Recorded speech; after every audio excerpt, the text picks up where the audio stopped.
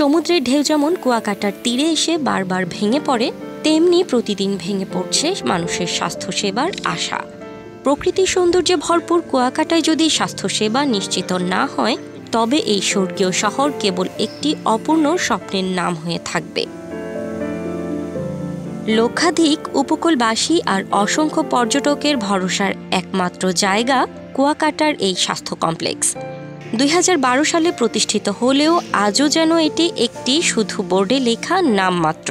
এখানে একটা বিশ্বজ্জার হাসপাতাল, যদি বিশ্বজ্জার হাসপাতাল অনুযায়ী এখানে ভালো একজন বিশেষ ডাক্তার নাই। এখানে আমরা চিকিৎসা নিতে আসলে ডাক্তার না থাকায় আমাদের চিকিৎসা নিতে খুবই কষ্ট হইতেছে। অনেক কষ্ট স্যার, এই জন্য অনেক কষ্ট করে স্যার অনেক মানুষ এখান থেকে ফ্রিতে কলাপড়াও যায়, গরিব মানুষ চিকিৎসা করতে পারে না। মূলত কুয়াকাটা 20 শয্যা বিশিষ্ট স্বাস্থ্য কমপ্লেক্সটি 2 জন ডাক্তার, 5 জন সিনিয়র স্টাফ নার্স, 1 জন ওয়ার্ড বয় দিয়ে পরিচালিত হয়ে আসছে, যেখানে দেওয়া হয় শুধুই প্রাথমিক চিকিৎসা, যা চিকিৎসা সেবা পরিচালনার জন্য প্রয়োজনের চেয়ে অপর্যাপ্ত। আসলে আমাদের সাধারণ মানুষের সবারই চাহিদা যে আসলে ভালো একজন বিজ্ঞ ডাক্তার হইলে আমাদের এলাকার মানুষের সুবিধা, যাতে করে আমরা সবাই ভালো চিকিৎসা পাইতে পারি। চিকিৎসক সংকটের বিষয়টি স্বীকার করে দ্রুত সমস্যা সমাধানের আশ্বাস দিয়েছেন স্থানীয় স্বাস্থ্য বিভাগের কর্মকর্তা।